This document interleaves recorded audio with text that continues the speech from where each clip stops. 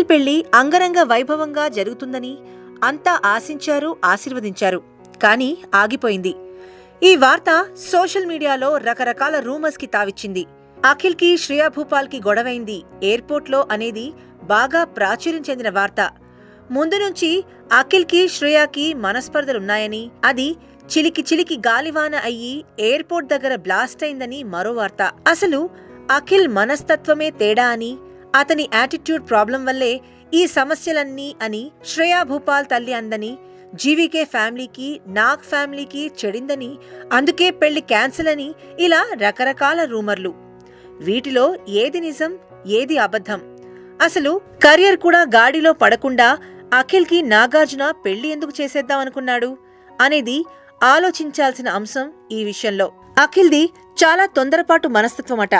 విషయం అతని మొదటి సినిమా ఎంపికలోనే మనకు అర్థమైపోతుంది. ముందు అఖిల్ ని విక్రమ్ కే కుమార్తో సినిమా చేయమన్నాడట. కానీ అఖిల్ వినలేదు. మొండిగా తనే స్టోరీ ఎంచుకుని వినాయక్తో కమిట్ అయ్యాడని విశ్వసనీయ వర్గాల సమాచారం. అదే యాటిట్యూడ్ ని తన పెళ్లి విషయంలో కూడా రిపీట్ చేశాడట. ఇప్పుడు పెళ్లి వద్దు, కెరియర్ పై కాన్సన్ట్రేట్ చేయమని నాగ్ మొత్తుకున్నా వినలేదట అఖిల్. ఇప్పుడు మొత్తం వ్యవహారం బిడిసికొట్టింది అని నాగార్జున తలపట్టుకున్నాడట.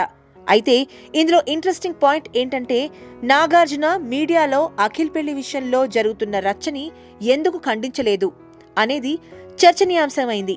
అయితే నాగార్జున ముందుగానే అఖిల్ పెళ్లి రద్దు అని ప్రకటించిన ఓ ఛానల్ పై కేసు వేయనున్నాడట.